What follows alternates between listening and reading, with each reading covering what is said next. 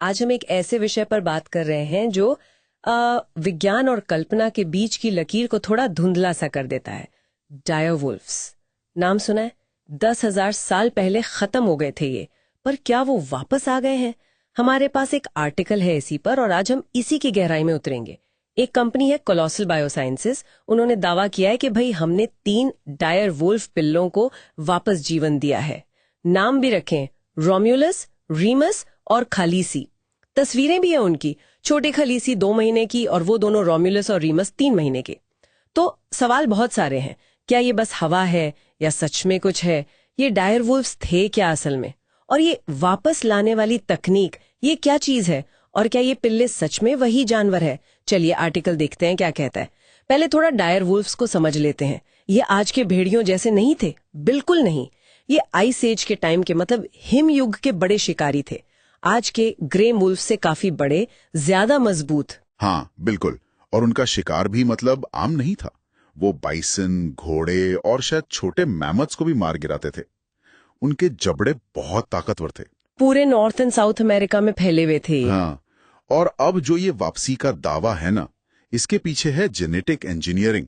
बात शुरू हुई थी 1854 में, जब पहली बार इनकी हड्डियां मिली। हाँ फिर और मिलती गईं। हाँ। और उन्हीं हड्डियों से मतलब कोशिश करके कुछ डीएनए निकाला गया। डीएनए? अच्छा, पर हजारों साल पुरानी हड्डियों से डीएनए वो कितना सही सलामत मिला होगा? यही तो मुश्किल है। पर हाँ, कुछ हद तक मिला।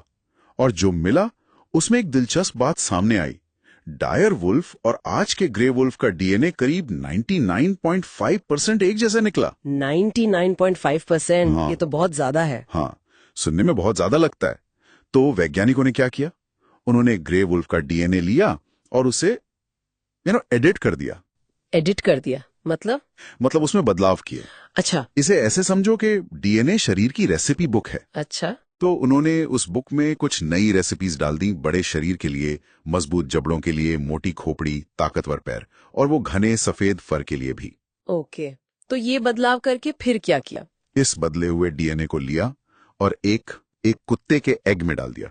सरोगत मदर कह सकते हैं। कुत्ते के एग में? हाँ, और उसी कुत्ते ने फिर इन पिल्लों को जन्म दिया। ये पूरी प्रक्रिया प्रोटीन्स कैसे बनते हैं उसको प्रभावित करती है। लेकिन यहीं पे आर्टिकल में भी सवाल उठाया गया है और मेरे मन में भी आ रहा है, क्या ये पिल्ले सच में डायरवुल्फ्स हैं? 99.5% सिमिलैरिटी ठीक है, पर बिल्कुल सही सवाल है। और ज्यादातर वैज्ञानिक यही कह रहे हैं कि नहीं, ये डायरवुल्फ्स नहीं है। अच्छा। हाँ, उनका कहना है कि ये जेनेटिकली मॉडिफाई किए हुए ग्रे वुल्व्स हैं। असली डायरवुल्व्स आनुवांशिक रूप से, मतलब जेनेटिकली, काफी अलग थे। वो जो आधा % का फर्क है ना, वो शायद बहुत बड़ा फर्क था। और दूसरी बात, जैसा आपने पहले पूछा था, हजारों साल पुरानी हड्डियों से अच्छी क्वालिटी का पूरा डीएनए निकालना वो लगभग नामुमकिन है। वो डीएनए टूट जाता है, खराब हो जाता है। जैसे कोई बहुत पुरानी फटी हुई किताब हो, आप पूरी कहानी नहीं पढ़ सकते। सही बात है। तो इसे विलुप्त प्रजाति की असली वापसी कहना वो शायद ठीक नहीं होगा। तो ये क्या है फिर, एक नई तरह का भेड़िया? हाँ, कह सकते हैं, एक प्रॉक्सी स्पीशीज। डायरवुल्फ जैसा दिखने वाला भेड़िया, पर वो असली डायरवुल्फ नहीं है। अच्छा, तो अभी ये पिल्ले कहाँ हैं? आर्टिकल में कुछ जिक्र है? हाँ, बताया गया है कि कोलोसल बायोसाइंसेस उन्हें किसी सीक्रेट लोकेशन पर रख रहे हैं। और रोम्यूलस और रीम्यूस तो अब 6 महीने के हो भी गए। वजन करीब 36 किलो। 36 किलो?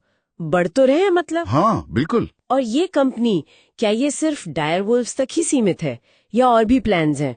नहीं, आर्टिकल के मुताबिक उनके इरादे और भी बड़े हैं। वो वुली मैमथ, टैस्मेनियन टाइगर, यहाँ तक कि डोडो पक्षी, इन सब को वापस लाने पर काम कर रहे हैं। अरे बाप रे, मैमथ और डोडो, ये तो मतलब बहुत एम्बिशियस प्लान्स हैं। हाँ, बहुत ज्यादा, जेनेटिक इंजीनियरिंग का इस्तेमाल करके। तो कुल मिलाकर आर्टिकल से जो बात निकल कर आ रही है वो ये है कि हाँ, डायरवुल्फ जैसे दिखने वाले जानवर बना तो लिए गए, लेकिन वैज्ञानिक जगत में इस पर शक है कि क्या ये वाकई उस विलुप्त प्रजाति की वापसी है। ज्यादातर मानते हैं कि नहीं, ये दिखने में भले वैसे हों पर असल में वो नहीं है। बिल्कुल।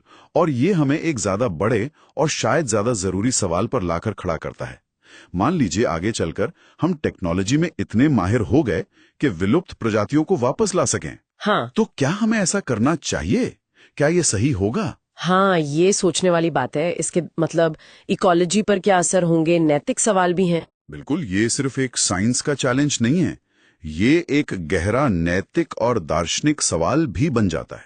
इस पे सोचना जरूरी है।